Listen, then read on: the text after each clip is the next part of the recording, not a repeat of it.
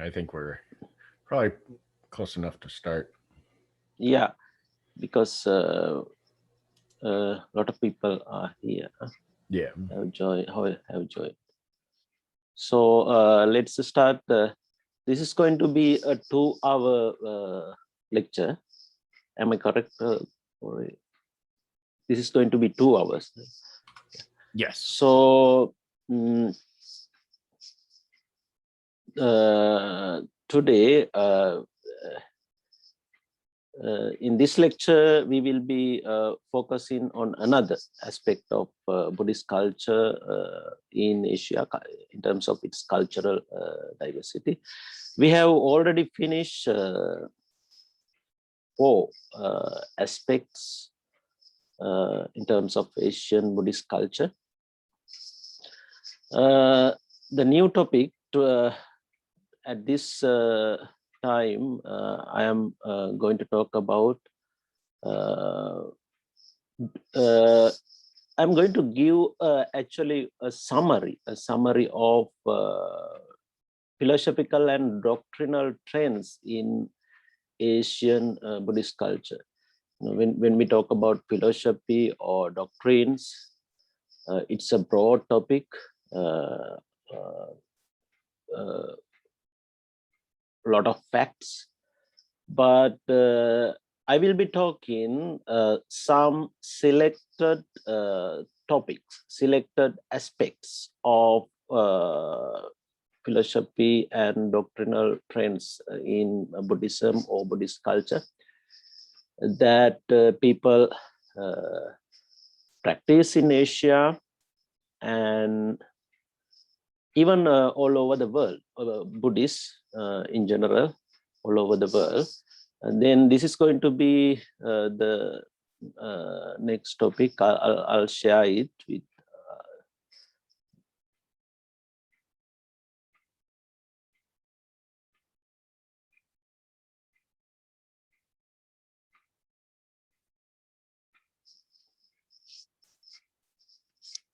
topic 5.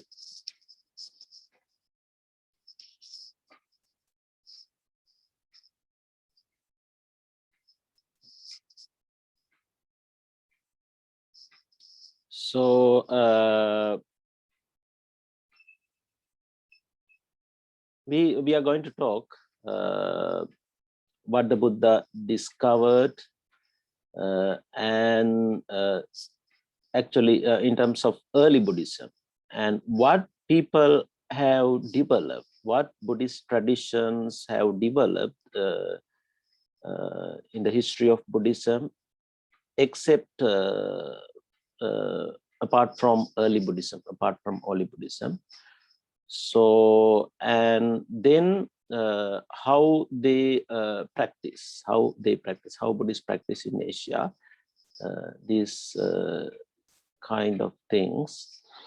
Then, as you know, as you aware, as we have discussed up to present, that there are some differences among 3 Buddhist traditions in terms of doctrinal and philosophical things, or especially between Theravada and Mahayana. There are significant differences between these 2 traditions in terms of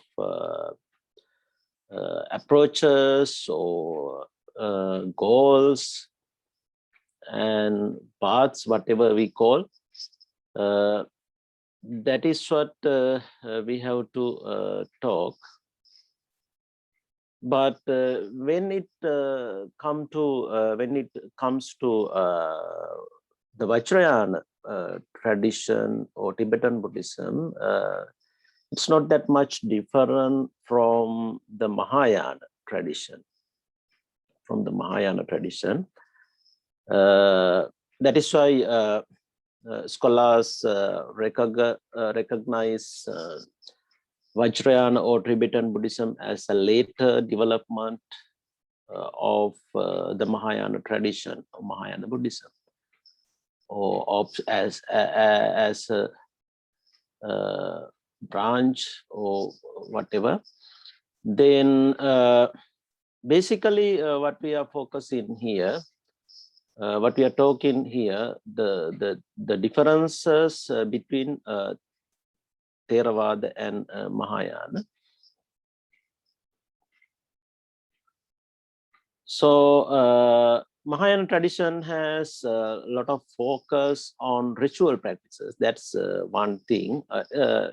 It finally connected with the related to related to the final goal, what we call final achievement, Nibbana or enlightenment or Buddhahood. So at the beginning of Mahayana practices, I'm talking in terms of path to enlightenment. They have a lot of focuses on ritual practices.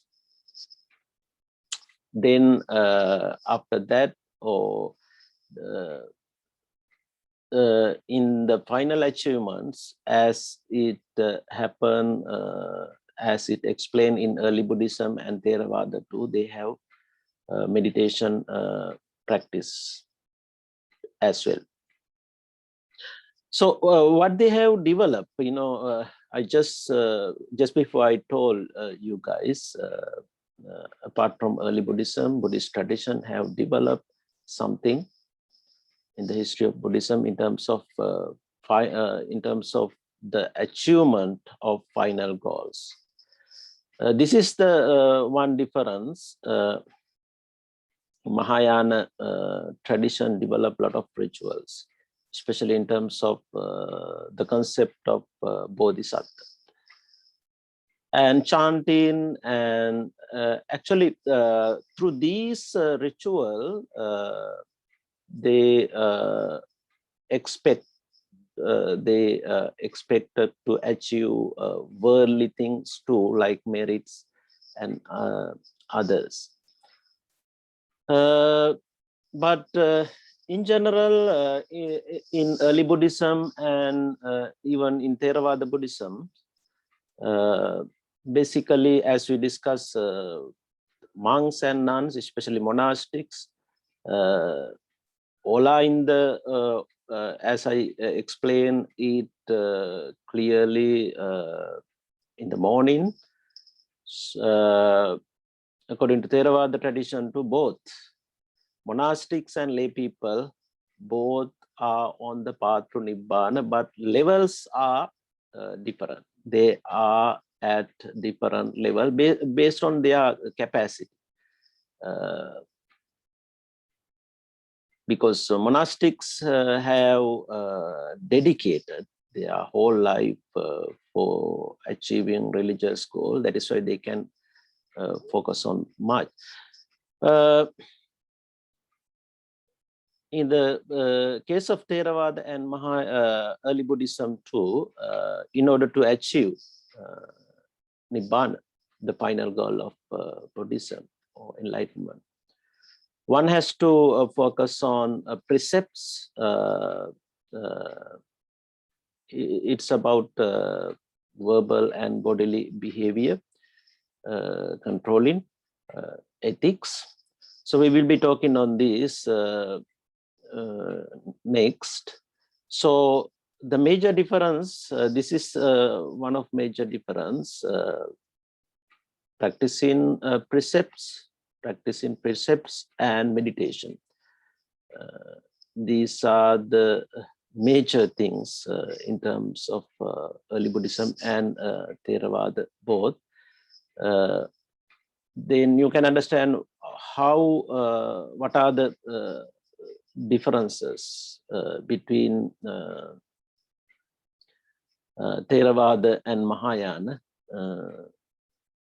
in terms of path to Nibbana. I just gave you guys a brief or summary. So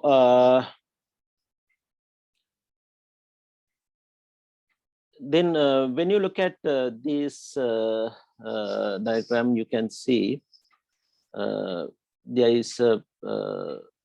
are facts how they are different in terms of the path of spiritual development.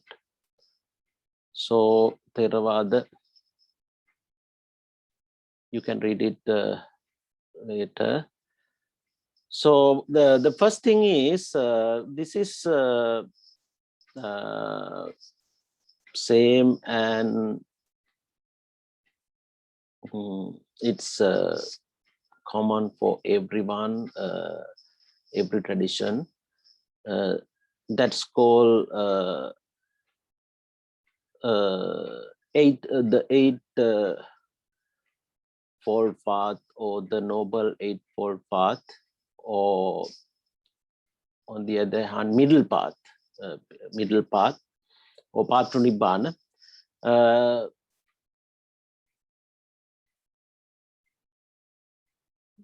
This is what Buddhists have to practice. If they are looking for, if they are seeking to achieve Nibbana, or the final goal. It's called Ariyo Attangiko Maggo in Pali. Ariyo Attangiko Maggo, the eightfold path. So it has, it contains 8 steps or stages. Then these 8 stages categorize into 3 stages, as you can see, as you see here. Wisdom, morality, concentration. Wisdom, morality, concentration.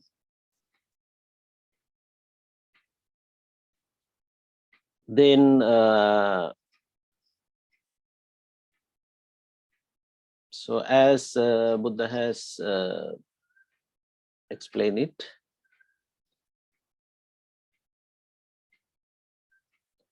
so here you can see the Noble Eightfold Path as a solution for the samsaric suffering, creating suffering, and cessation of creating suffering, and the solution, the path, Eightfold Path.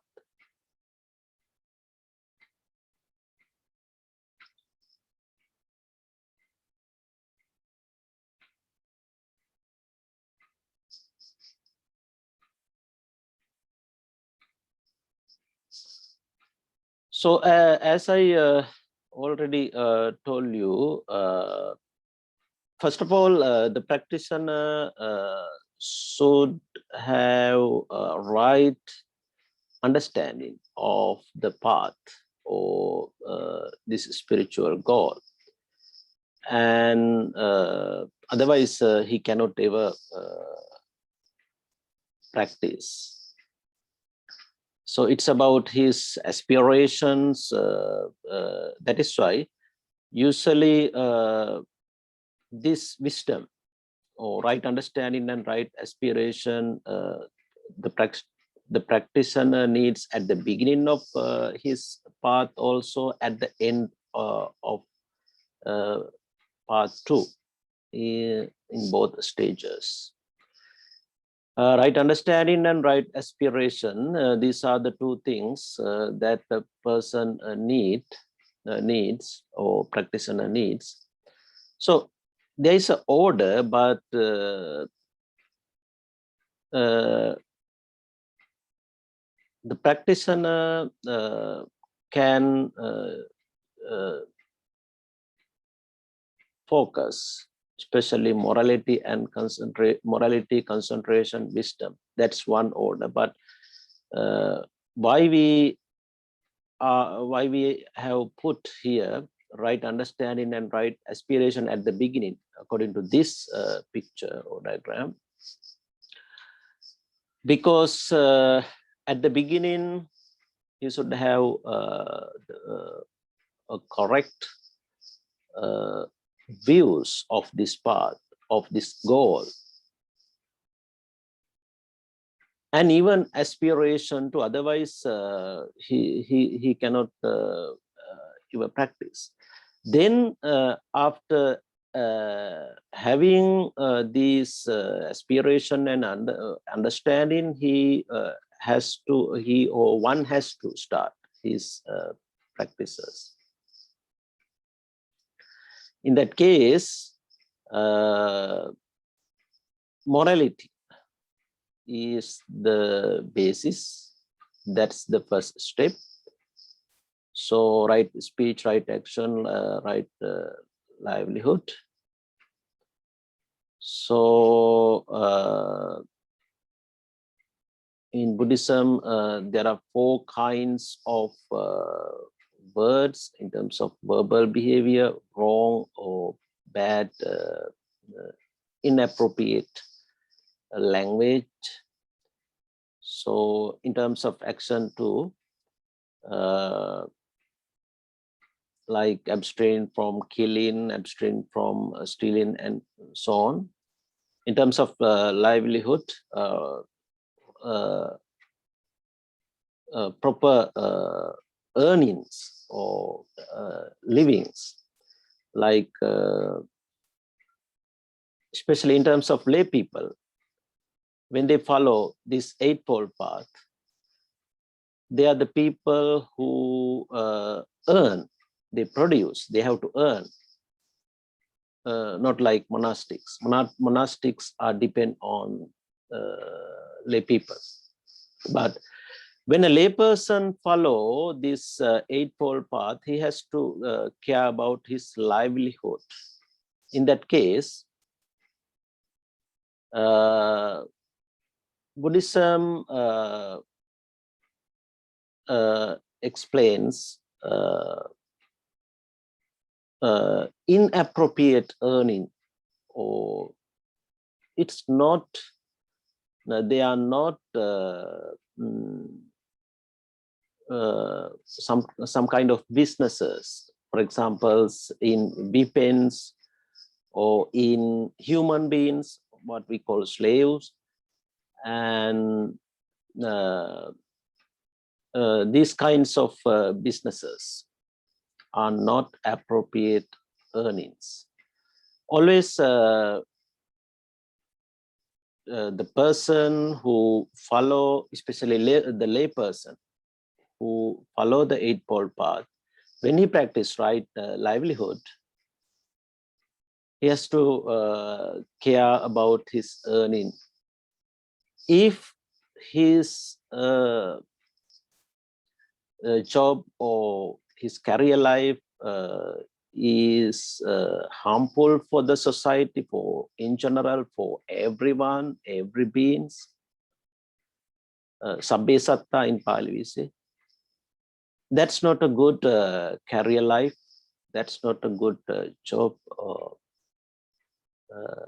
So that is what he has to take care. In ancient India, what the Buddha explained, for like now things have difference in terms of career life. We have kinds of jobs or earnings, but at the time of the Buddha, cultivation, businesses, and doing government jobs or private services, and serving in the army, and these kinds of jobs or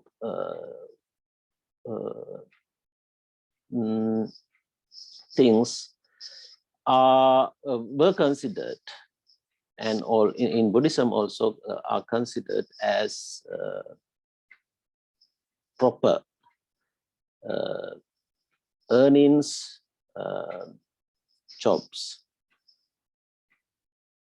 because when a person does these kinds of jobs, or when person has these kinds of career lives, they are not harming to the society and in general for everyone. That is what Buddha had emphasized in terms of the Eightfold Path or right livelihood. But it's different in the case of monastics, because in general they are not earning. But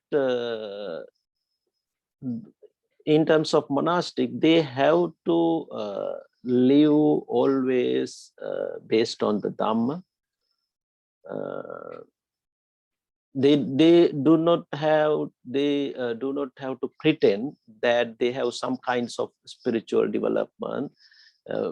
In the case of getting 4 requisites, some monastics can pretend that he has a spiritual development, and then by showing these kinds of things, by expressing these kinds of things, what he hoped to get more benefits. That's wrong livelihood in terms of monastics. This is how, especially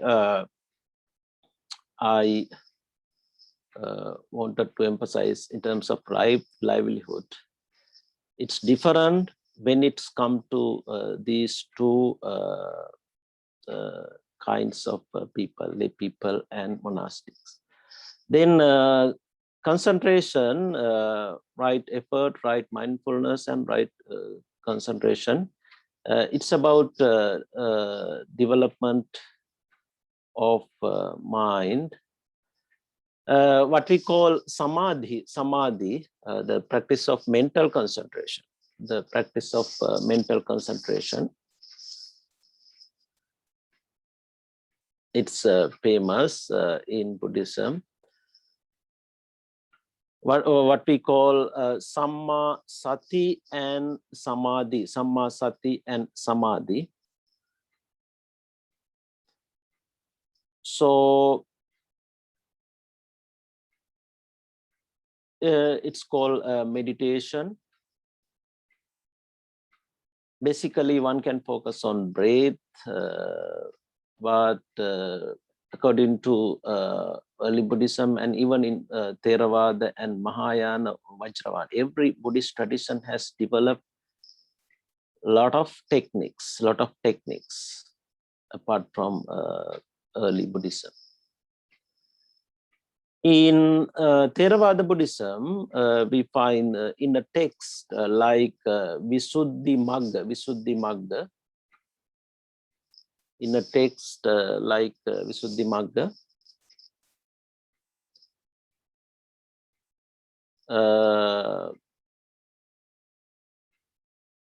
what's called in English the path of purification. Venerable, the famous commentator, in the morning I told you guys about Venerable Buddha Ghosha, the most famous commentator. He his texts in the path of purification, he states 40 techniques, 40 techniques, meditation techniques in terms of Theravada tradition. Focusing on breath is one of them. It's just one thing, the one techniques.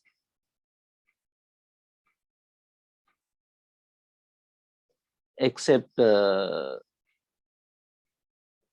this, you know, as you know, loving kindness and recollection of the virtues of the Buddha and recollection of the practice of generosity and so on. A lot of other techniques we find.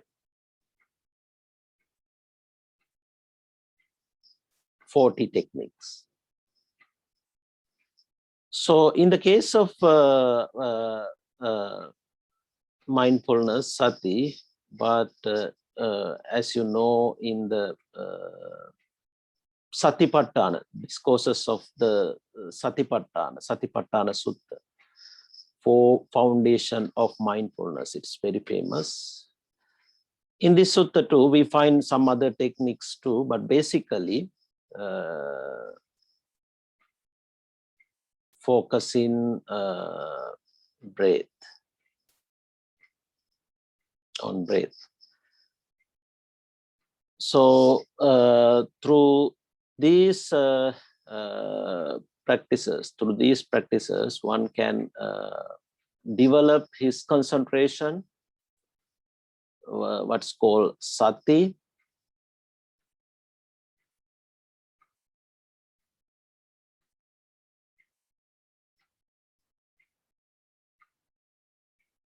I just put some pictures.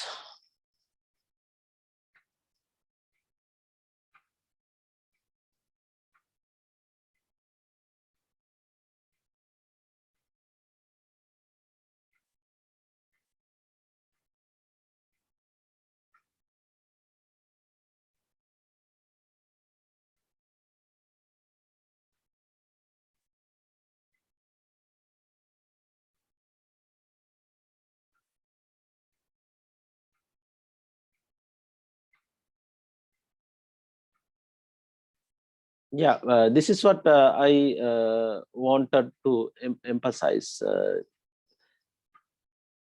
It's about sati, but in Buddhist traditions, like as I already told you in Theravada, they have developed up to 14 techniques apart from early Buddhism. Even in Mahayana and Vajrayana tradition, in Mahayana and Vajrayana traditions, they have developed techniques too, especially based on some ritual practices like chanting.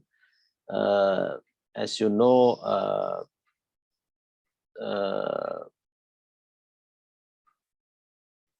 in Mahayana, like in Pure Land Buddhism, they practice the recollection of the virtues of Amitabha, the Amitabha Buddha. Namo Amitabha. So Namo Amita Butsu in Japan. So recollection of virtues of the Buddha. So in Pure Land Buddhism, that's just one example. So even when it comes to Vajrayana tradition,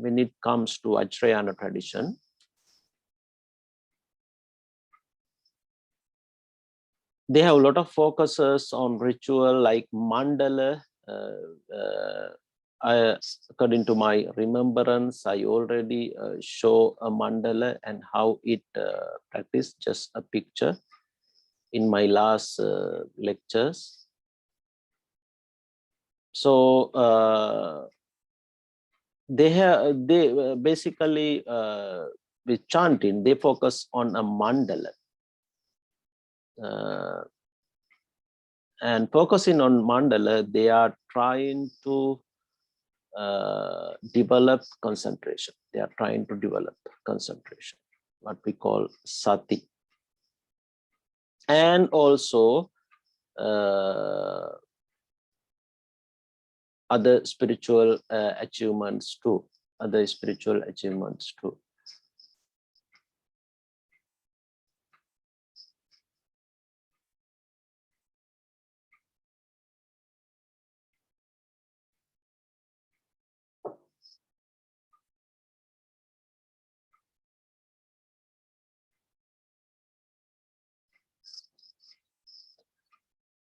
So you guys are studying the Abhidhamma. In the Abhidhamma too, in the as a section of the Pali Canon,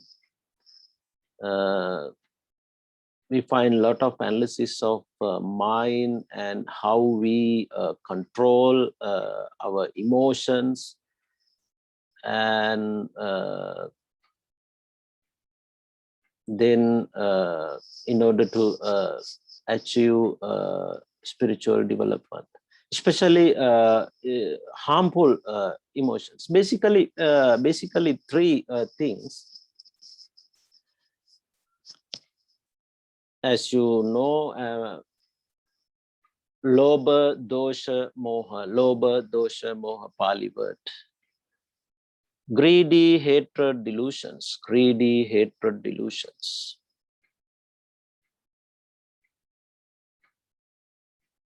So these are the basic defilements that the person trying to reduce or control through meditation, especially after getting concentration to some extent. After getting concentration to some extent, the practitioner has to focus on reducing these kinds of bad, harmful emotions, greedy, hatred, delusions. In brief, we can say greedy, that's the ultimate things, craving that the person trying to eliminate from his mind in the achievement of Nibbana. In Pali, we say tanhakkayo nirodho nibbana. Tanhakkayo nirodho nibbana. Nibbana is eradicating craving from the human mind. That's the cause for everything, for suffering. So eradication of these thoughts, this thought is one thing. That's the main things. And then the practitioner has to see the reality of the things, seeing things as they are. Two things, what's called insight, meditation or vipassana or vidarshana. So in the basket of Abhidhamma, we find a lot of categories or analysis in terms of these bad emotions, on these bad emotions. We have in the Abhidhamma, we find a lot of synonyms for cravings: raga, tanha,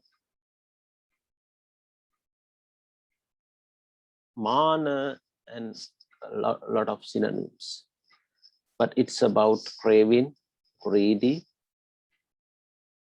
that is what the practitioner is going to eliminate in the achievement of Nibbana. Then it's a process, as you know, it's a process. When the person get concentration to some extent, what's called samadhi, then he can focus on more about this eradication or elimination of craving.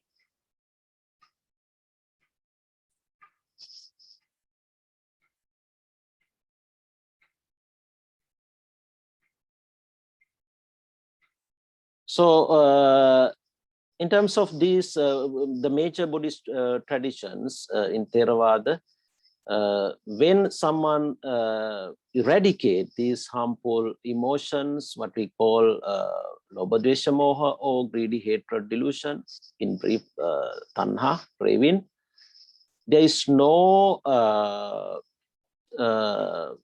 continuity anymore, permanent identity, then no more rebirths, when the person achieve Nibbana, because he has eliminated, one has eliminated Tanha. Then Tanha is the, when the person has craving, it continues.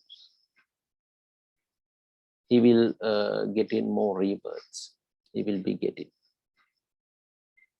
So when someone eradicates, no more rebirths. When someone eradicate greedy or tanha, no more rebirths. No selves too.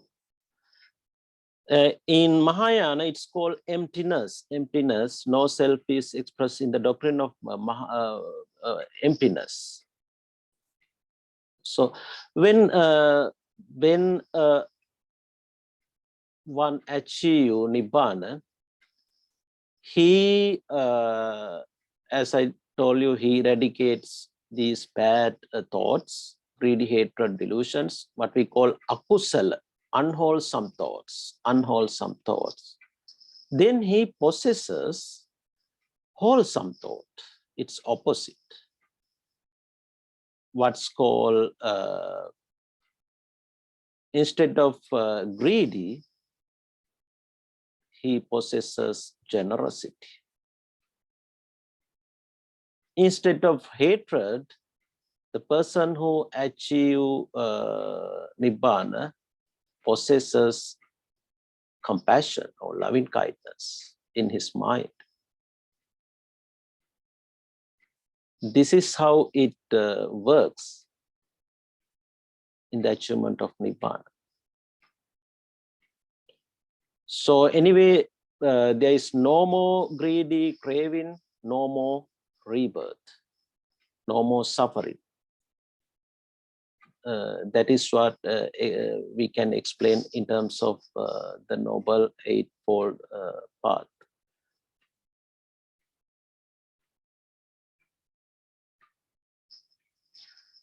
I just put, I found this in the internet. I just put this for you guys understanding the differences between Theravada and Mahayana in terms of their religious approaches, paths.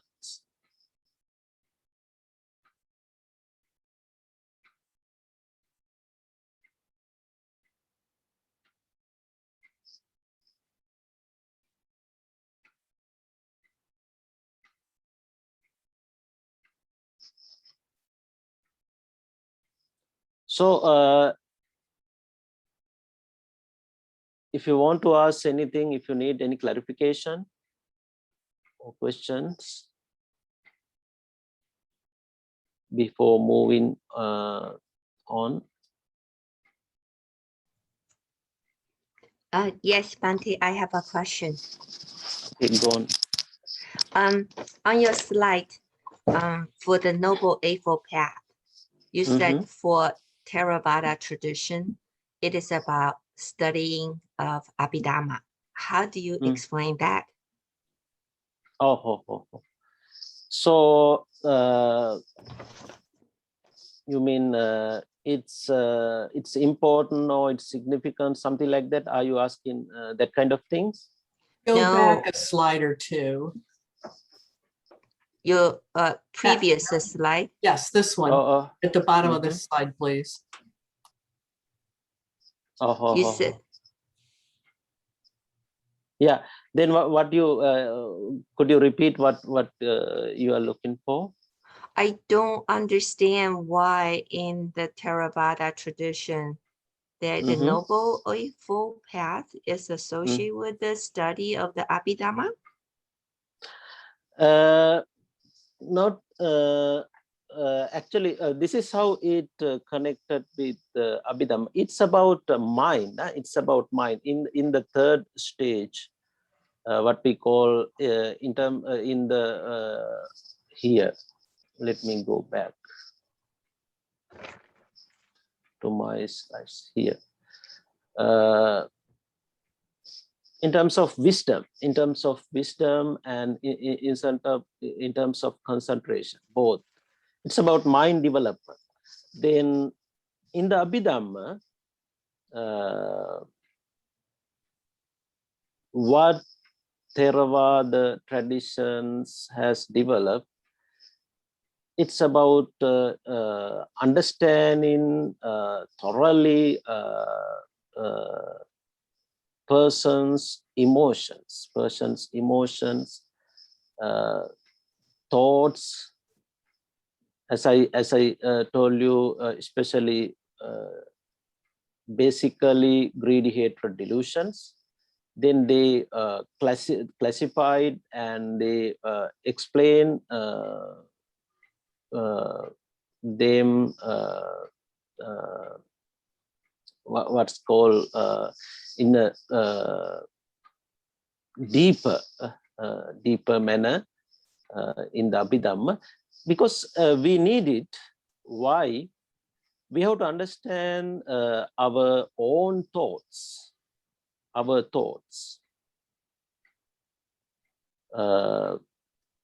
in terms of wisdom and concentration. It's about, we are working with our thoughts. We have to work, we have to understand what are our emotions. And this is what classified or analyzed in the Abhidhamma. So when the person study Abhidhamma, he can easily understand how emotions work. What are the bad emotions? When he has a better understanding of emotions, it's helped a lot in order to practice concentration and distance. The practitioner can clearly recognize. Yeah, we did take the class. Let me explain. Let me explain a bit more. Okay. Yeah. So when a person does not have understanding of his emotions, both two aspects. If you have a better understanding of your emotions, that's much better when you follow the path. If it, when a thought comes to your mind, you can recognize, this is craving. This has something to do with greedy. This has something to do with hatred. This is that kind of emotions, because it has a lot of classification and slight understanding, thin understanding and analysis in the Abhidhamma. So when you have this knowledge, when you have this background, it's very easy. It's helped a lot when you go on with your practice. Yeah, go on, Lisa. Yeah, I understand that part of the Abhidhamma, but because the way that you put it under the Theravada tradition. Does that mean that Mahayana tradition, they don't really focus on Abhidhamma? No, I'm not saying that. They have Abhidhamma too, even Vajrayana too. But the thing is that this concept, the basket of Abhidhamma has well developed in Theravada tradition when compared with other Buddhist tradition. But it doesn't mean that the other Buddhist tradition haven't developed or haven't focused on the Abhidhamma. For example, in terms of Mahayana tradition, we find a text like Abhidhamma Kosha. It's called Abhidhamma Kosha. Especially Mahayana and Vajrayana traditions, interpretation of Abhidhamma based on this text. It's a Sanskrit text. It has translated into French and English. As I know, Venerable Rahula, Valpola Rahula. Maybe you have read What the Buddha Taught. It's a very famous Buddhist book. One of Sri Lankan monks. He has translated the Abhidhamma course into French. It's in French, in English, Abhidhamma course. Then in other Buddhist tradition too, actually in early Buddhism and in early Nikayas, what I can say, before arising, emerging Mahayana and Vajrayana traditions, in the early Nikayas, they have developed these kinds of psychological analysis, what we call Abhidhamma. It's about understanding of our thoughts, understanding of our thoughts. As we know, in general, we all can understand this is the way it is. It helps a lot when you have this knowledge, when you go on with your spiritual development. You can understand your own thoughts.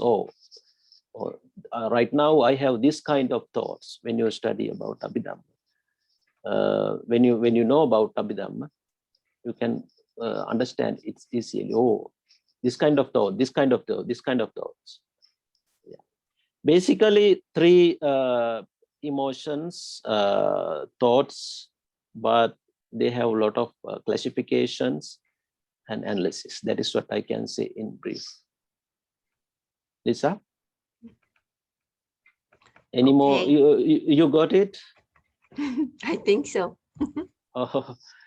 So you can ask something more at the end of lecture. So if you have any more. Let's go on with other aspects of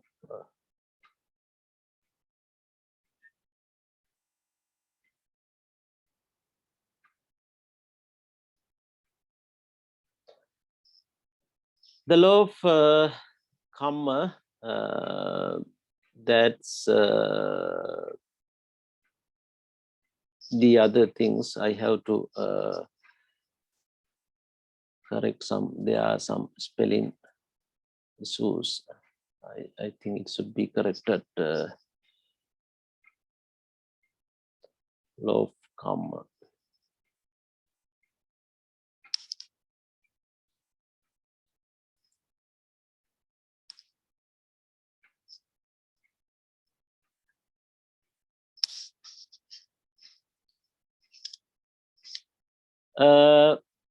Two paths, as you know, Nibbanic Buddhism and Kammic Buddhism, as scholars recognize it.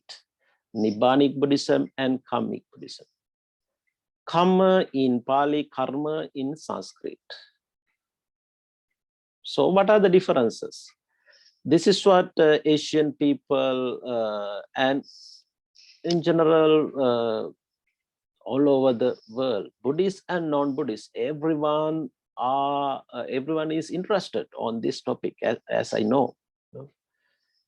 Even though they are not if they practice or not, they are curious to know about this topic. It's about karma, the concept of karma and rebirth.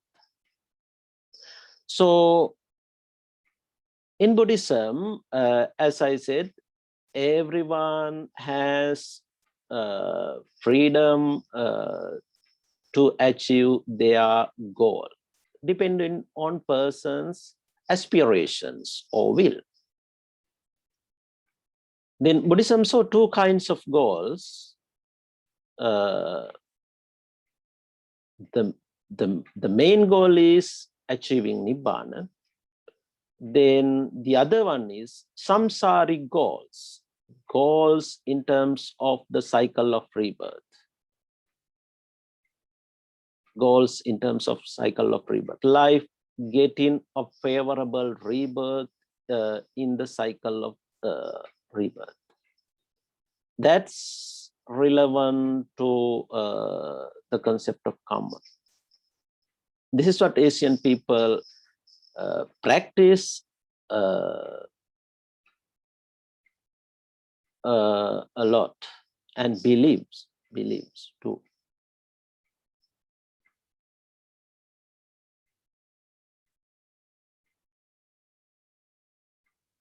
So karma mean, as you know, it's about action, but action with intention.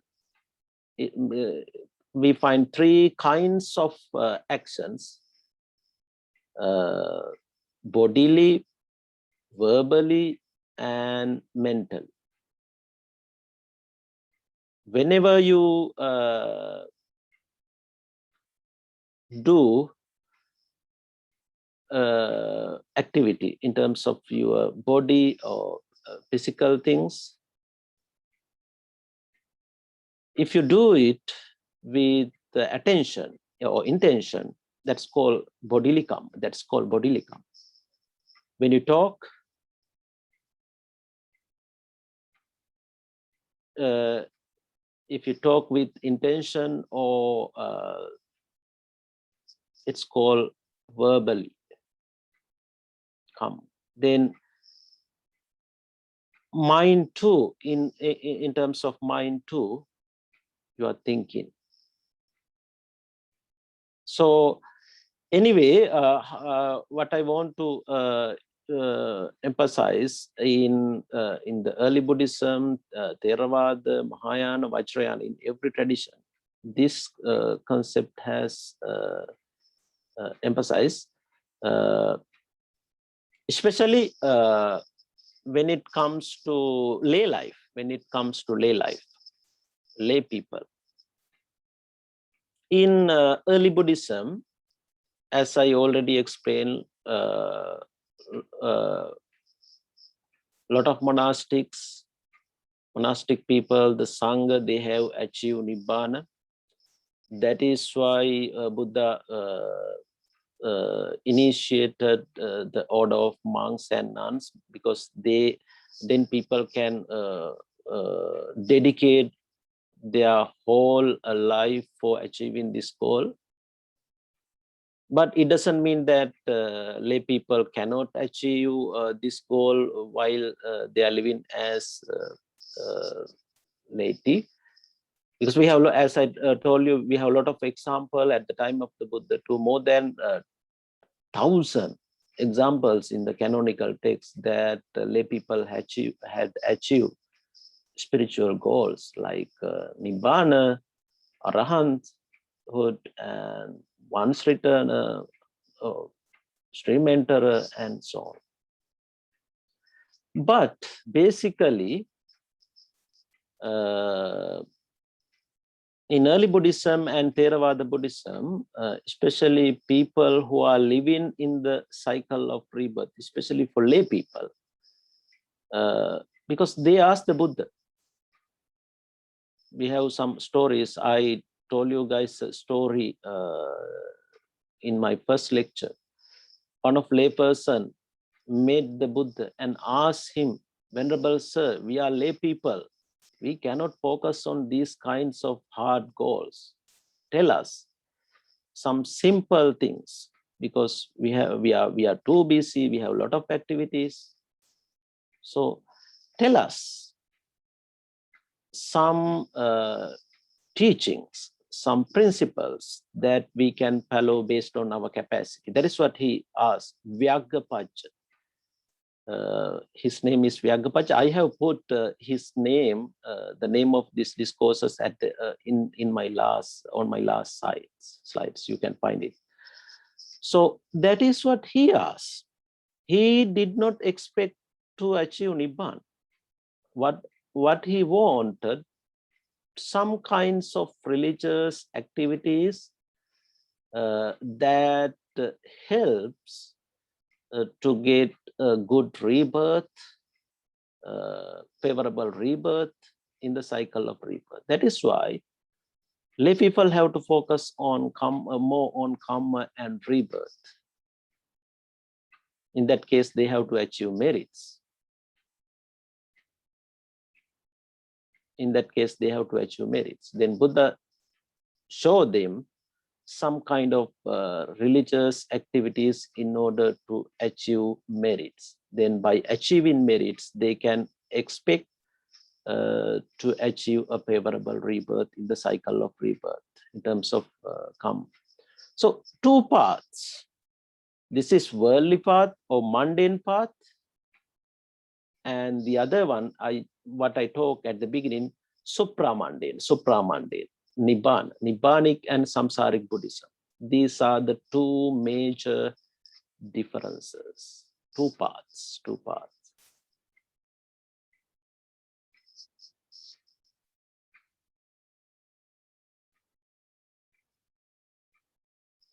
Then when you actually what I want to say in terms of we all are about we are curious to know about rebirth and how it happened and how we have resulting consequences, especially when we perform karma, either good or bad, either punya or papa, how it happened. Actually, in terms of three stages, we will be getting consequences when we perform either good or bad action, karma.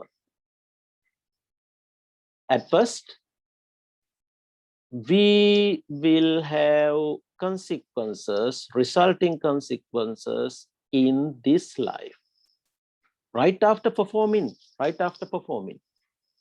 Let's take an example. When we perform a good karma, like offering, we offer something to some person.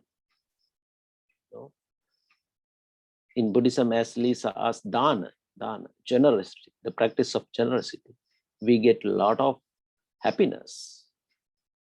When we give, when we practice generosity, we see how people are happy with our donations and how they are satisfied with our generosity. If there is a person who is starving, we can offer a meal. So then he's satisfied with our food. When we see this practice, we get happiness. That's called the consequences, resulting consequences in this lifetime. Positive energy, it is going to be positive energy in our mind. It generates good karma in this lifetime. And also its opposite things, when we perform a bad karma, when we do bad karma, we have the same consequences in our mind, right? So for example, we have stress. When we did the bad karma, always it's comes to our mind. We remembered it. Then we are suffering. That's called consequences. Then we get consequences in this lifetime, either good or bad, whatever. And then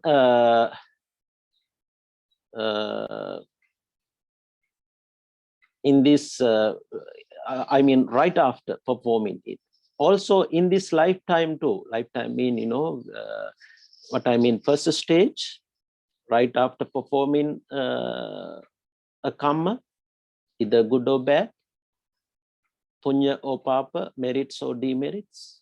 Then in this lifetime, next, maybe during his lifetime, after performing several years,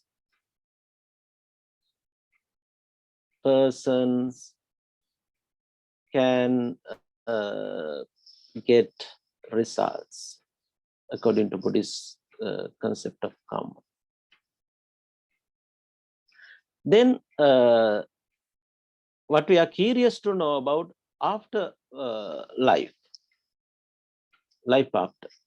So in the cycle of rebirth, we have a lot of cases, and Buddha was a believer of karma always. We have to accept it. We see it in the canonical text. So in Buddhist discourses, in the Pali Canon, we find a lot of cases in terms of sansaric consequences, after person's death. How one or she or he get resulting consequences. When we examine a text like Vimanavattu and Petavattu, these are belong to Pali Canon, two texts.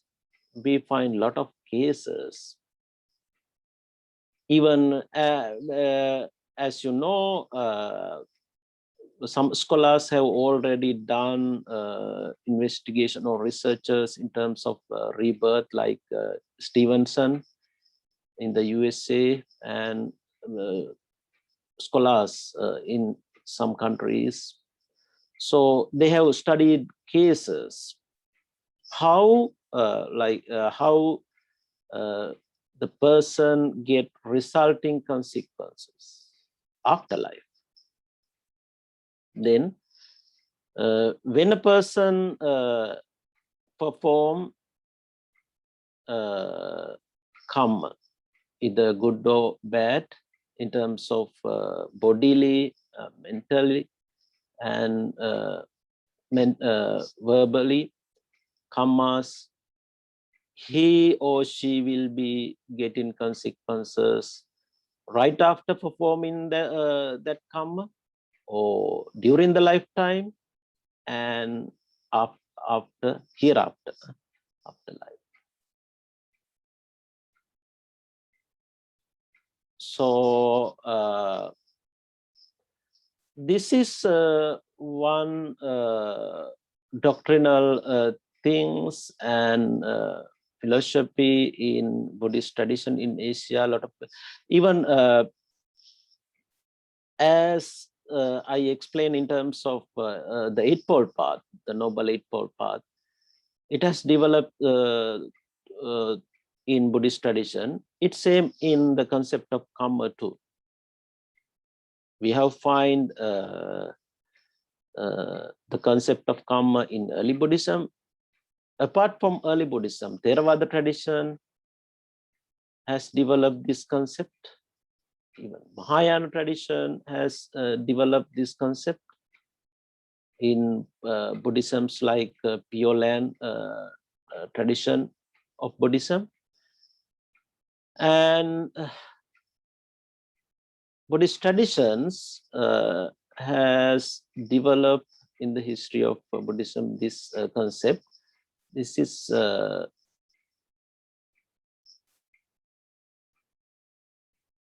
I just put some pictures.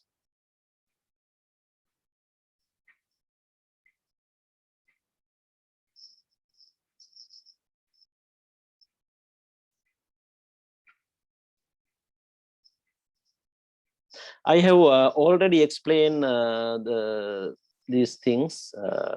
I don't need to explain anymore about these things.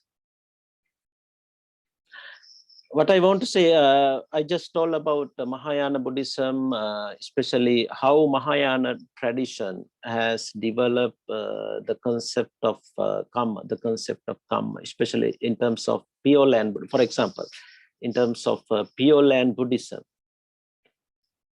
Then how it connected with ritual practices in, as I explained, in Pure Land Buddhism, they have ritual practices. Then they chant the name of the Amitabha Buddha, Amita Butsu. With faith, then they will achieve merits. That is what they believe. They will achieve merits by chanting the name of the celestial Buddha Amitabha. Namo Amitabha. It's in Pali, we say Namo Buddhaya, Namo Buddhaya. Homage to the Buddha. In Japan, Namo Amita Butsu. So in different traditions. So by chanting the name of the celestial Buddha, by chanting the name of the celestial Buddha Amitabha with faith, the person can achieve merits. And as a result, he could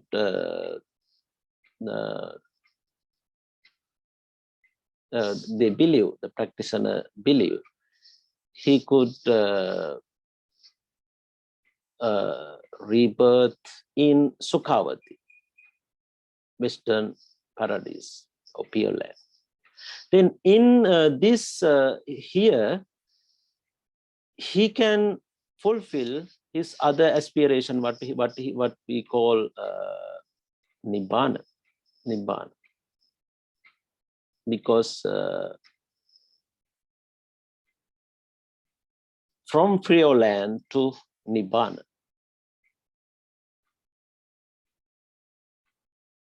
So because of punya or merits, he can be reborn in Sukhavati, and then there, after what we call, after practicing spiritual path, or after removing bad thoughts, what we call greedy, hatred, delusions, the devotee can prepare for nirvana, and finally, as I put here, which is guaranteed to all who attain Pure Land.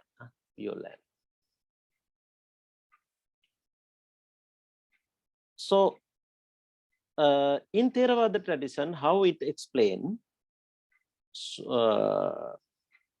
everyone, it doesn't matter either lay or monastics, whoever, they have to achieve merits. That is what in Theravada, it explains in Theravada tradition. In texts like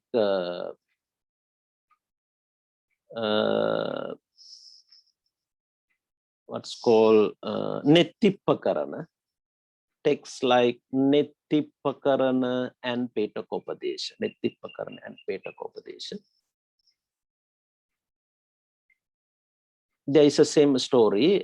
It means whoever, if one does not want to achieve Nibbana in this lifetime, that's fine, because it's not that easy, it's a hard goal. However, he has to achieve merits. He has to collect merits. Why? Merits helps in order to achieve a favorable rebirth in the cycle of rebirth, especially as a human being or deity. If you are not a human being, how can you achieve Nibbana? That is how merit helps to achieve, in order to achieve Nibbana. First of all, if you don't want to achieve Nibbana in this lifetime, that's fine. But remember, you have to achieve merits. As a bhikkhu or bhikkhuni or devotee, lay person, because at the end, when you these merits help you to achieve a favorable rebirth in the cycle of rebirth, then maybe in your next lifetime, you can try to achieve Nibbana. But in order to do that, you have to have a good rebirth, favorable rebirth, like a human being. Otherwise, if you are in animal realms and deities, they cannot achieve Nibbana. Human being can achieve Nibbana. So ultimately, samsara and Nibbana, karma and Nibbana are interrelated, interconnected. That is what you have to understand. That is what you have to understand. They are interconnected.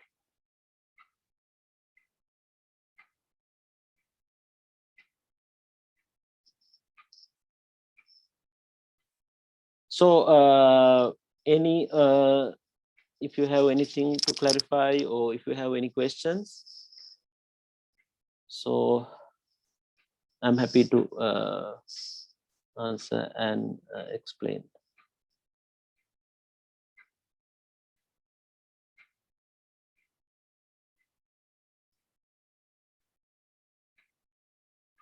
No, that's the second concept. We talk about Nibbana in terms of doctrinal, philosophical and doctrinal trends. This is karma. These are the two major doctrines that Buddhists focus on.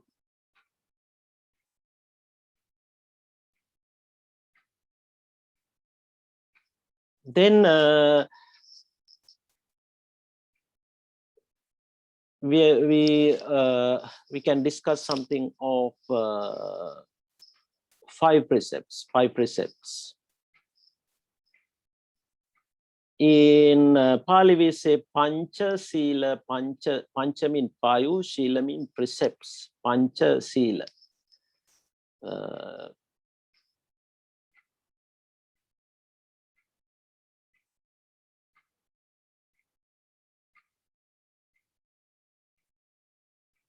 You know about these precepts. See, everyone is on the path to Nibbana. It doesn't matter either lay or monastics, but at different levels. Especially lay people, they have to practice 5 precepts. As I explained in the morning, monks or monastics have more than that. They have more than, especially they have more than 200 precepts, they practice.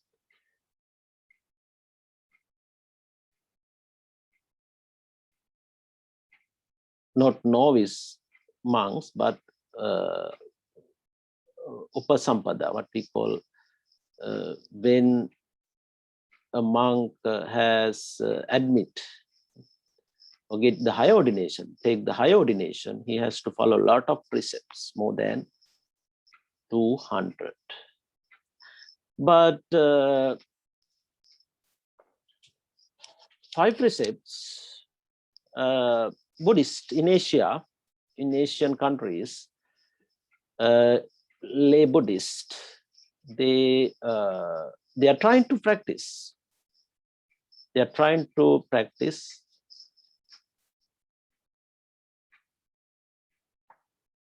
in Sri Lanka, what I'm talking, it's same, I believe, in other Theravada countries too.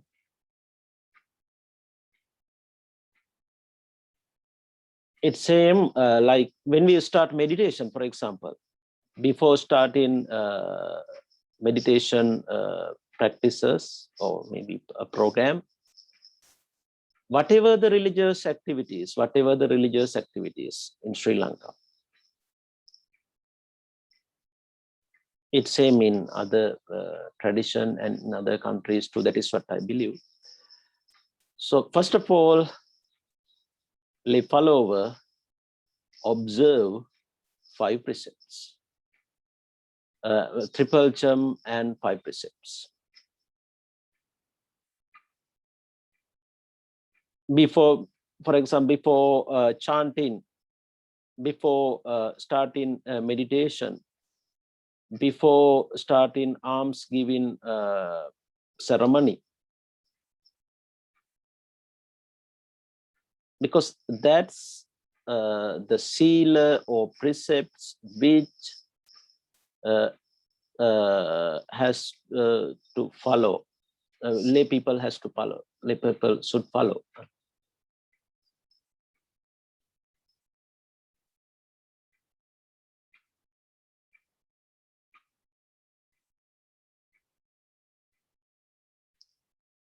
So code of ethics actually, as I heard, some Sri Lankan scholars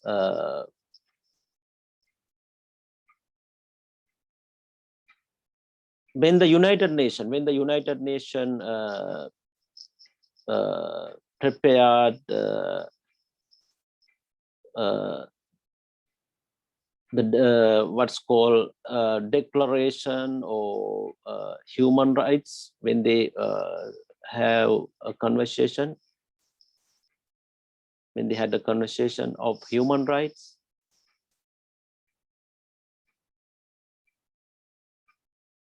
they have actually the United Nations has prepared what's called declaration. So some Sri Lankan scholars, they had proposed these 5 precepts, to include, to consider for this declaration, because it's about preserving human rights or the people. Actually, not only human rights, but when the person practices 5 precepts, he preserve other beings' rights too.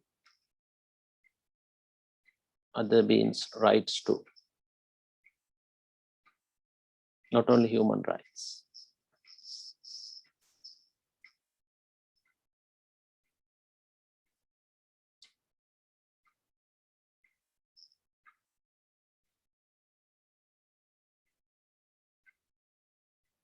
So it's universal. If I'm just saying, if everyone can practice these 5 precepts, will become a more peaceful place.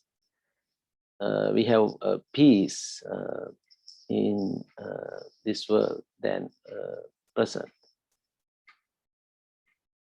So the Buddha introduced these 5 precepts for lay people. That is why, actually these precepts, when we examine carefully, we find the influence of these 5 precepts in the human right declaration when we read it.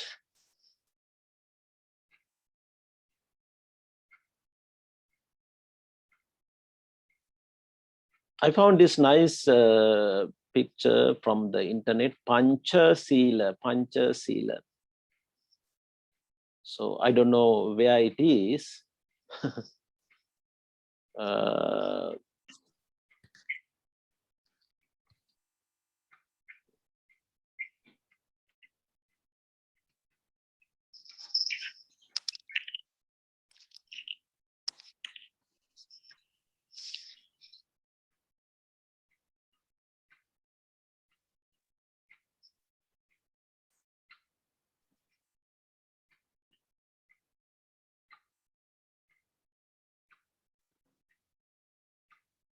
I found these two.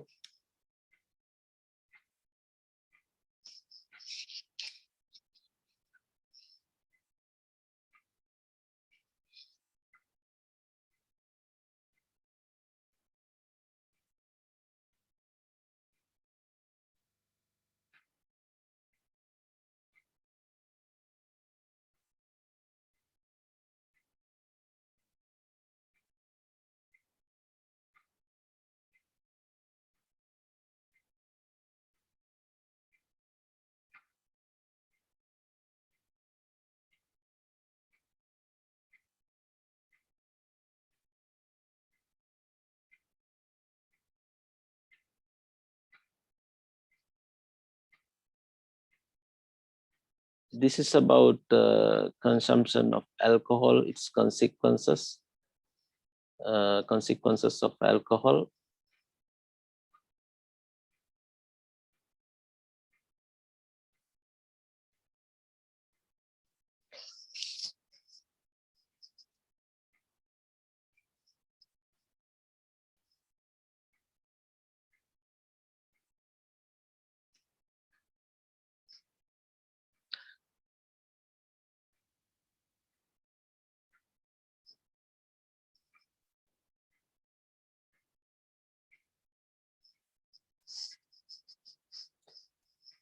Next, we are going to talk, sorry, we are going to talk about the Bodhisattva ideal. Bodhisattva ideal. It's very famous all over the world. One of Buddhist practices, Bodhisattva.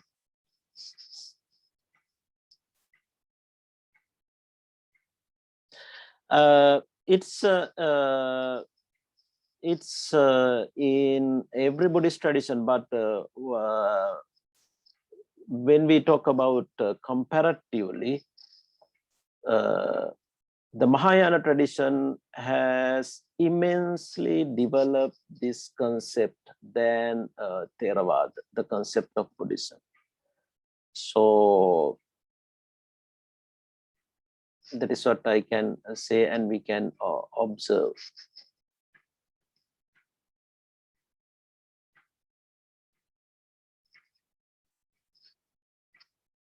Then let's talk about this concept comparatively. When we talk about comparatively in terms of two Buddhist traditions, in Theravada tradition,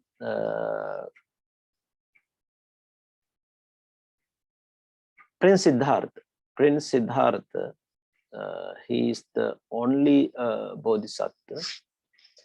He had a lot of rebirths in the cycle of rebirth, according to the Jataka story. He had a lot of rebirths. But according to Theravada tradition, there is only one Bodhisattva. There was only one Bodhisattva. Then he worked harder in order to achieve Buddhahood. Finally, he could achieve enlightenment. Then he showed the way to Nibbana, or path of Nibbana, to others. As I explained in the morning, from his former companions, 5 monks and other peoples. Buddha saw the path to achieve arahanthood, or attainment, enlightenment, as a disciple of the Buddha. Only one Buddha, only one Bodhisattva. Then what Theravada tradition teaches us,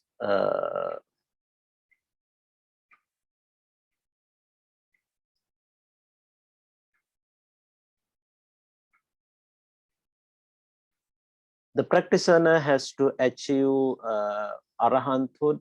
The practitioner has to achieve arahanthood, and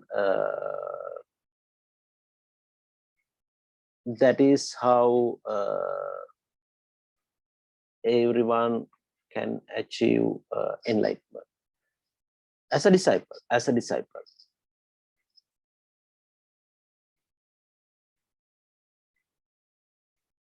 But what happened when it comes to the Mahayana tradition, they have immensely developed this concept. For example, there is a famous text which is called Bodhicharyavatara. Bodhicharyavatara.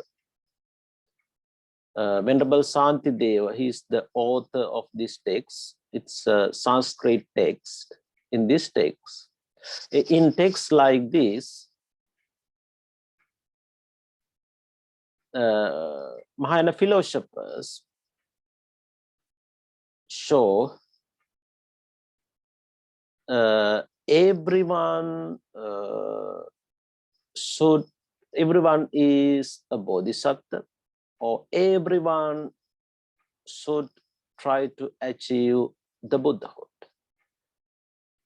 Arahant ideal is not enough for the perfect enlightenment. Something is missing. That is what the Mahayana tradition say.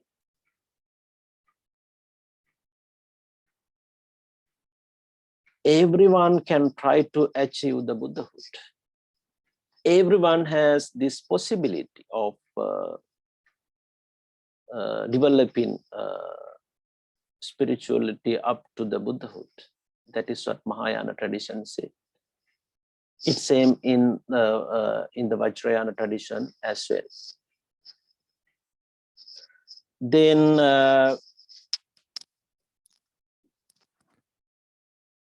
I can repeat. I can summarize again the major difference.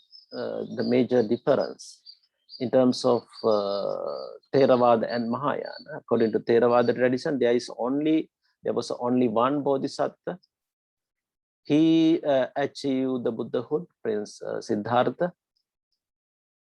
Then he saw the path to others in order to achieve Nibbana or Arahanthood.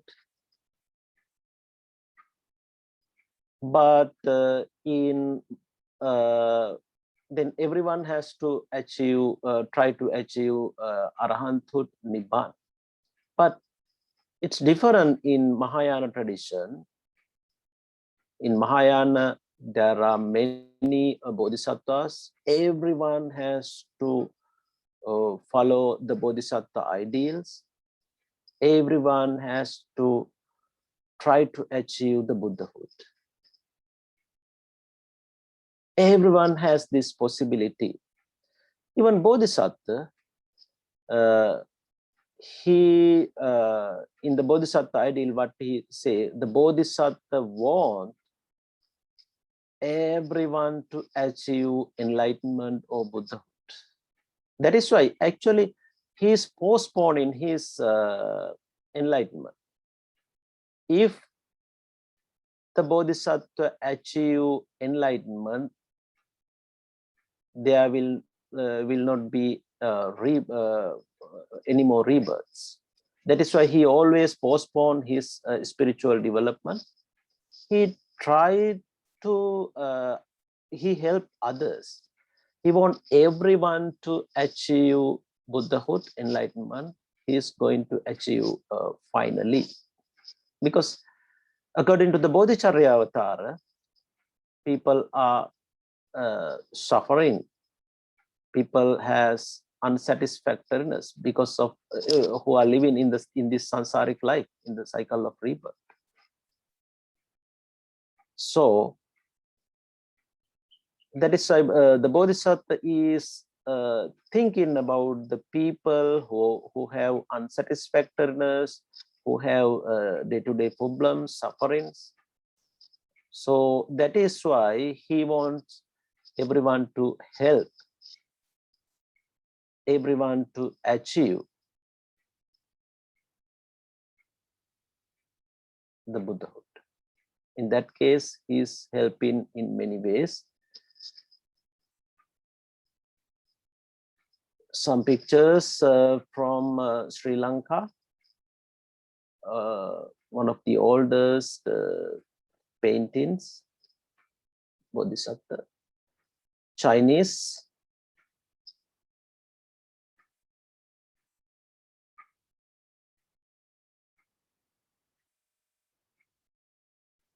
so this is what I can explain in terms of the concept of Bodhisattva, the major differences between these two traditions.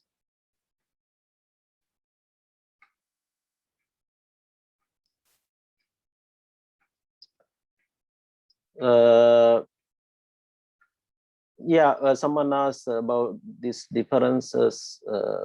It's same at present too, because the things that we are practicing at present based on the doctrines that contains in Buddhist texts like Abhidhamma.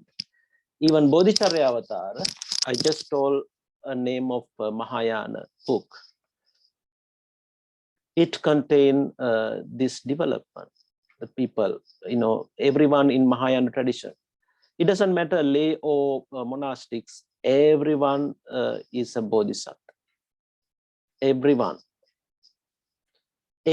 is seeking the Buddhahood, enlightenment.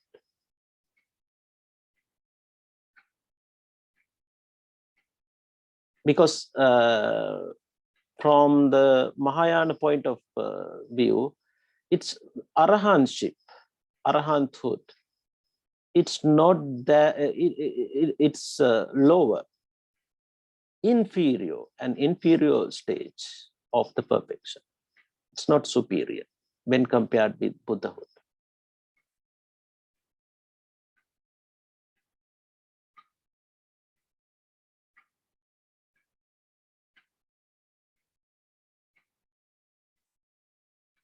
So that is why in East Asian countries and Northern Asian countries, the people who practice, especially Mahayana and Vajrayana Buddhism, they follow the Bodhisattva path. There are 3 stages in this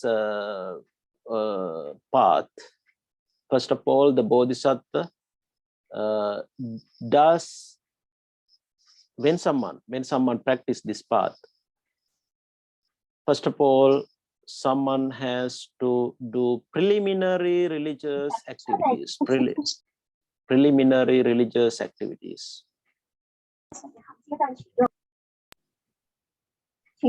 What's called as a bodhisattva, he needs merits. That is why lay people are achieving merits.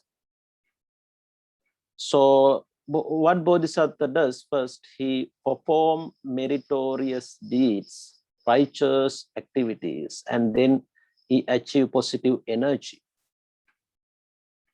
And at the beginning of his journey, path to Nibbana, path to Buddhahood, then he share these merits. This is a famous Buddhist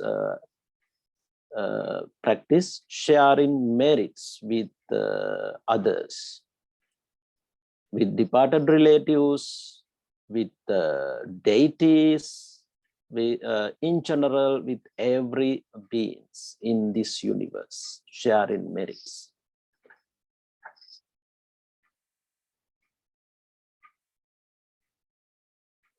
So this is how Bodhisattva start his path. That's the first stage. Then he perform repentance. He repent.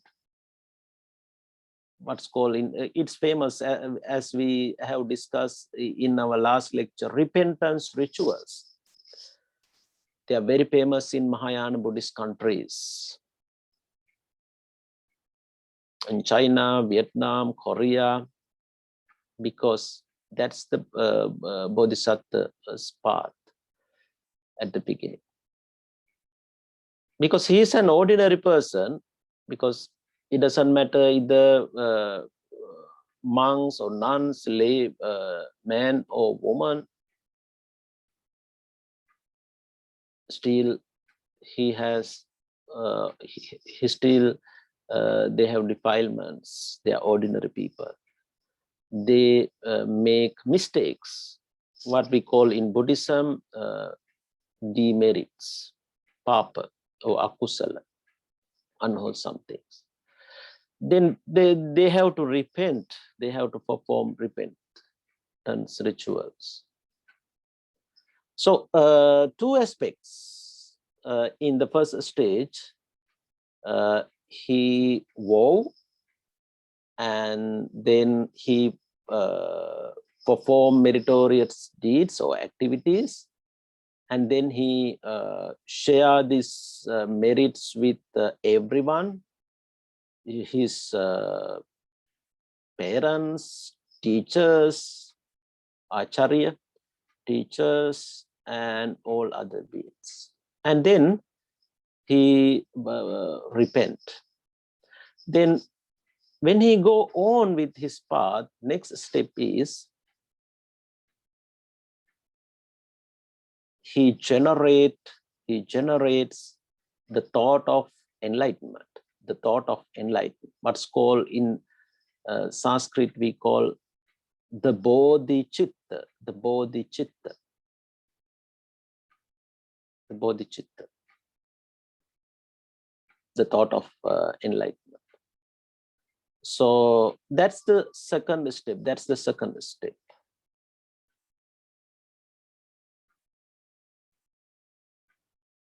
Because he want to achieve Buddhahood. So it's a combination of two kinds of thoughts. It's a combination of two kinds of thought. It's about wisdom and compassion, panya and karuna in Sanskrit. In Pali, in Sanskrit, prajna and karuna. In Pali, panya and karuna. So he make a firm determination, what we call the Bodhisattva. He makes a firm determination in order to achieve enlightenment. He generates the bodhicitta, the thought of enlightenment. That is what he does in the second stage. That is what he does in the second stage.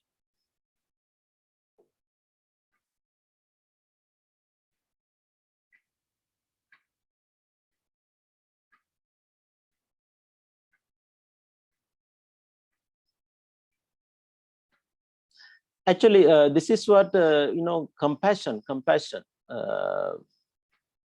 Bodhisattva always practice karuna. He has a lot of compassion towards the other beings. That is why he always postponing his own enlightenment achievement. And then he start to, in the last stage or third stage, he start to practice paramita, the perfection, starting from dana, paramita. According to Theravada traditions, Prince Siddhartha, he practiced 10 paramitas, 10 perfections.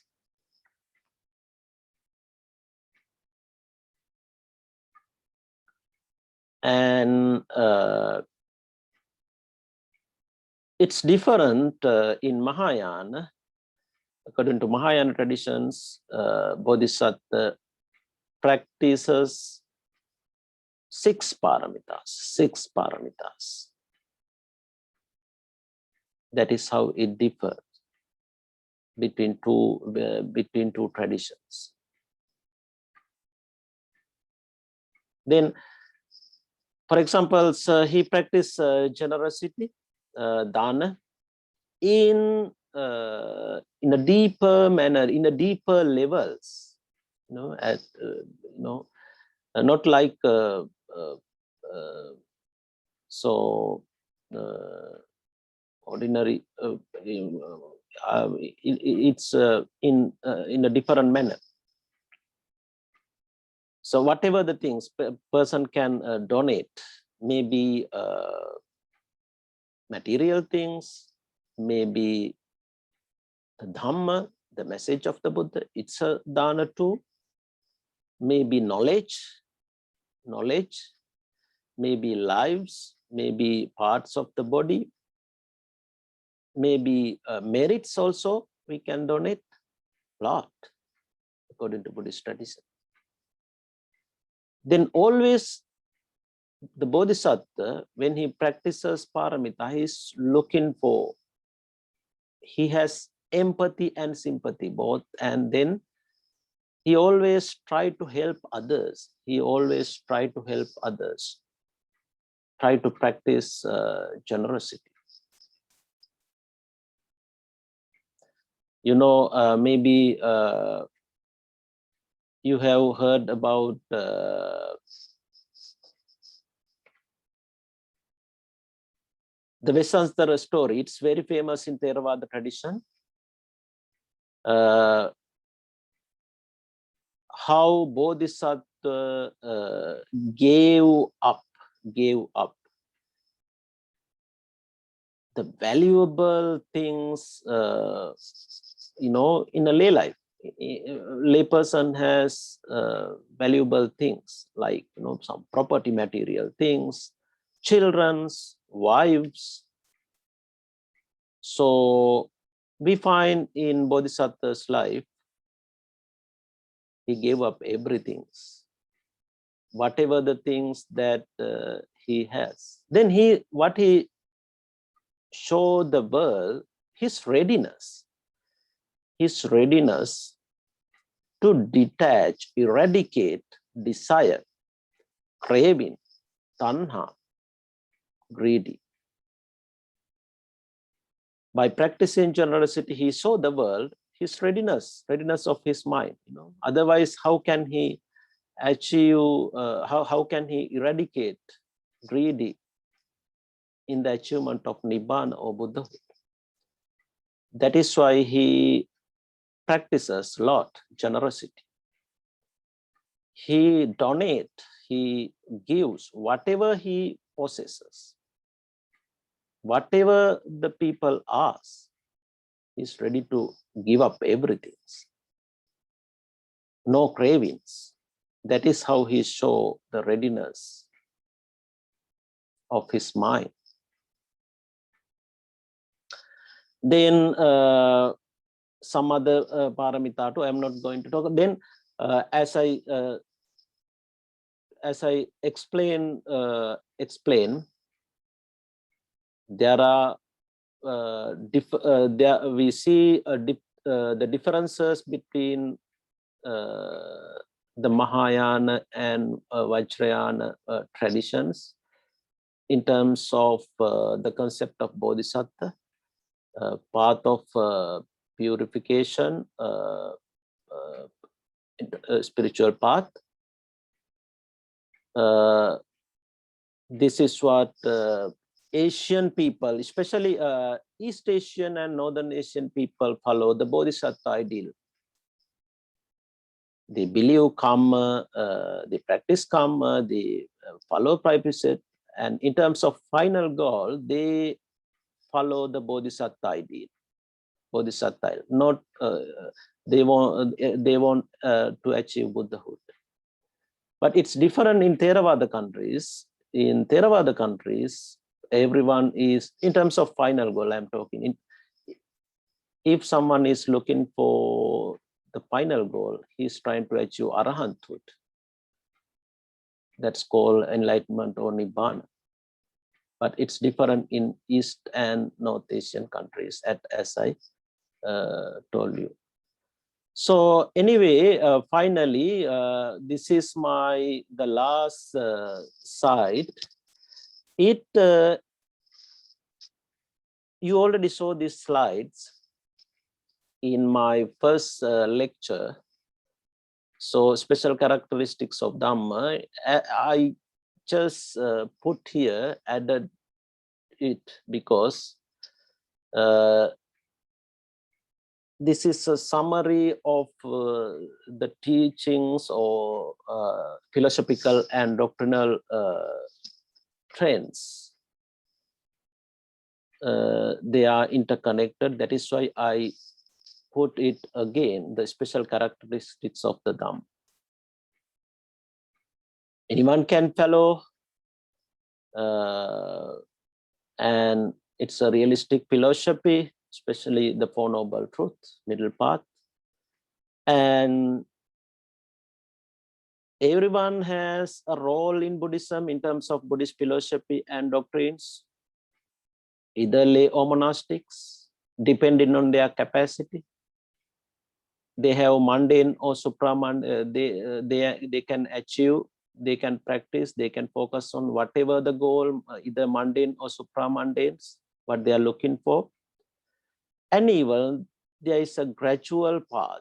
Everyone is on the path to Nibbana. It doesn't matter, you just practice dana, you just accumulate merit, but you are still on the path to Nibbana, on the path to Nibbana. That's the good thing. You are not alone. You are not alone. So you don't have to worry that I cannot ordain, or no, I am busy, I am a lay person. It doesn't matter. Everyone is on the path to Nibbana, depending on your capacity. And even a person, the unique things, a person has freedom to change his karma, his status of the spiritual path. Always he can questions things, freedom of thought, tolerance, freedom of actions. For example, if a person can change his own karma, always. It's about his responsibility, person's responsibility. That's called freedom of action. So maybe a person think, oh, I had done a lot of bad karma in the past. So no worries about that. Now you can change your situation. Now you can perform more good karmas. You can change your own fate, karmas.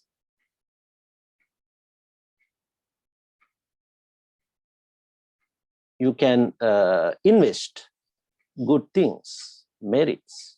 If you have done a lot of bad things, akusala, papa, evils in the past, no worries about that. It's in the past, but at present and in the future, you can perform good things. By performing, practicing good things, you can change your own karma. You have freedom for that. So this is what I have to explain in terms of, in general. I put this summary too. This you already saw these slides. It's in the first. I saw it in my first lecture too. So if you have questions or concern, it's time for that.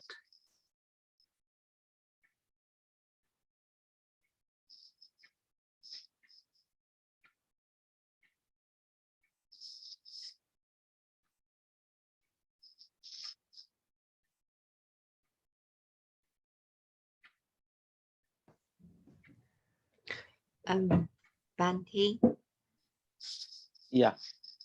Yes. I have a friend who knows about Dhammakaya. She was saying that at Dhammakaya, they were taught that the more dana you give, the higher level of heaven realms you can attain. Does that mean quantity wise, the more you have to give, and then the more you get, the higher level you get?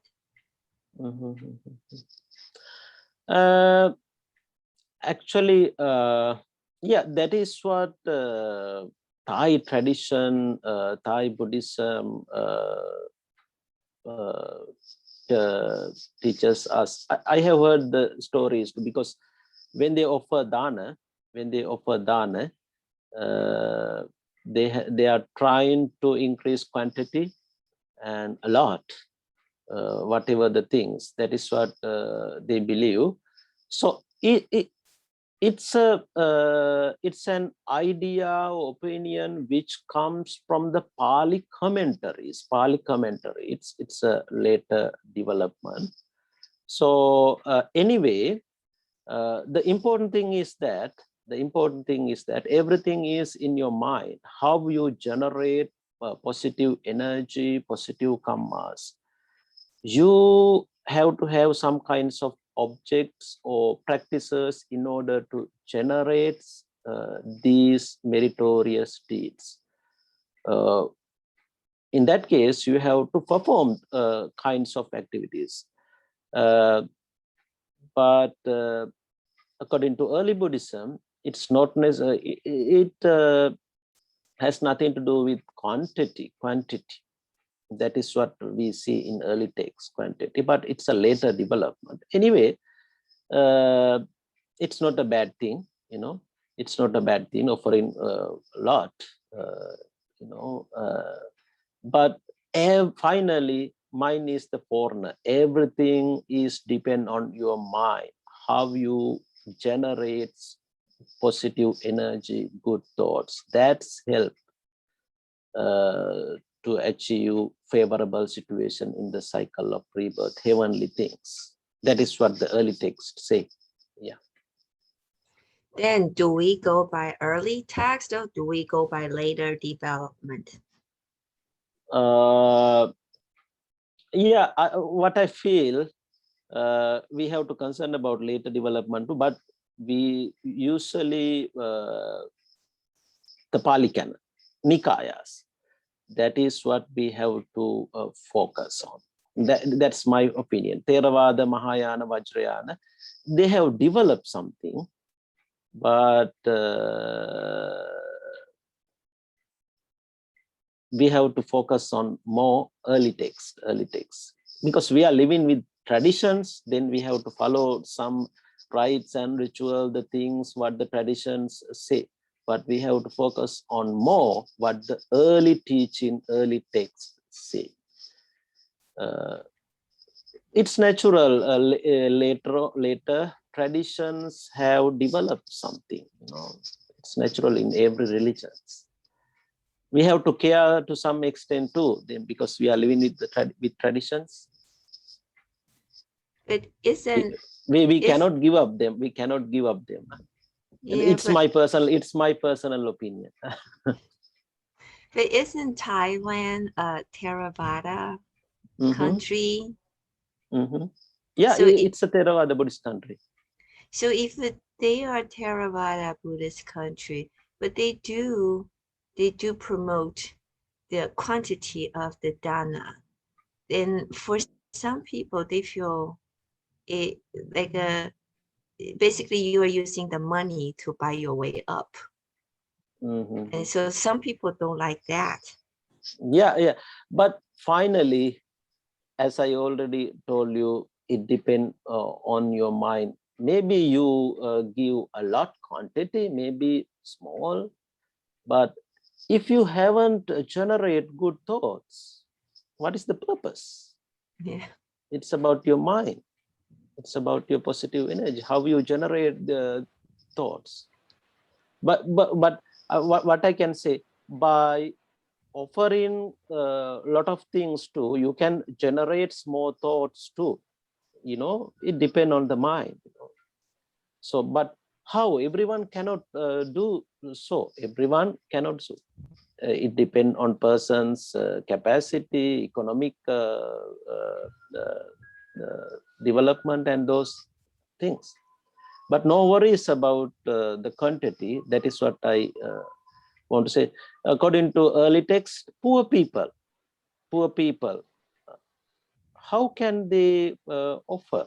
But we have a lot of stories. When poor people offer the small things, small quantity, they will get more benefits in the sansaric life. They get heavenly things too. And that is what early text say.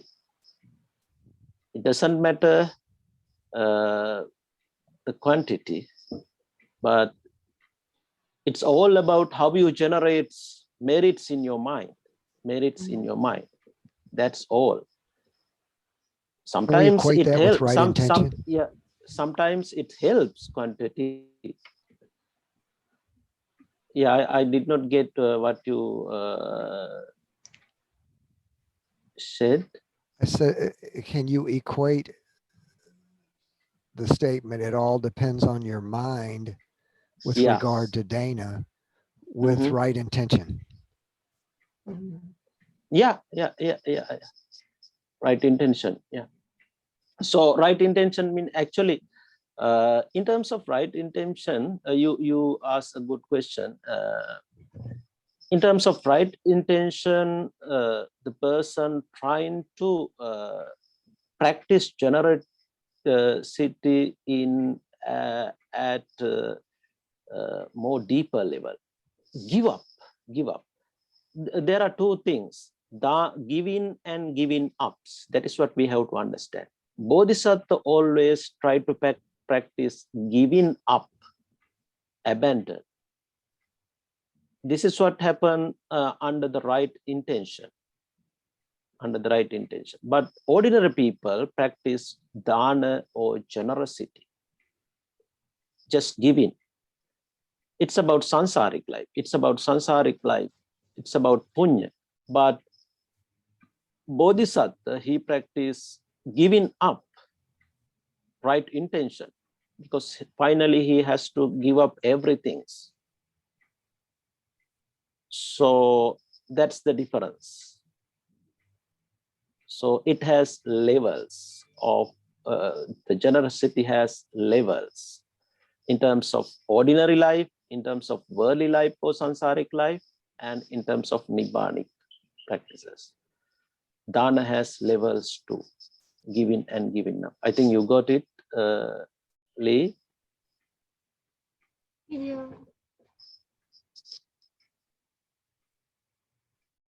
Is it clear? Yes, thank you. You're welcome.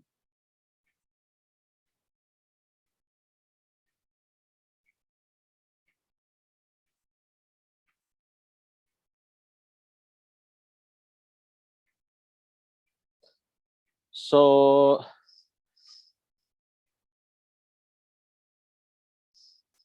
if you don't have any more questions or opinions, I'm going to leave. Venerable, there's one question in the chat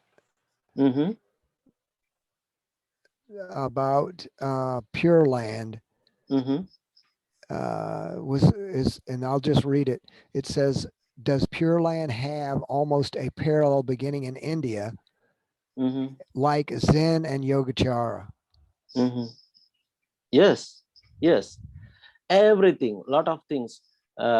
Zen, Yogacara, as well as Pure Land. It's called, we find a text in Sanskrit. It's called, maybe you have heard Lotus Sutra. Sanskrit name is Saddharma Pundarika Sutta. Saddharma Pundarika Sutra, Saddharma Pundarika Sutra. English name is Lotus Sutra. So in English translation. Then this Buddhism is based on these texts, which these kinds of texts which have already composed in India. So, but when it's go to East Asian countries, in countries like China, they have developed more. But basically, these ideas arose in India, in Indian Mahayana Buddhism. Then they moved to China and it developed more in China. Pure Land Buddhism. Pure Land Buddhism is based on historical Sanskrit Buddhist texts like Lotus Sutra.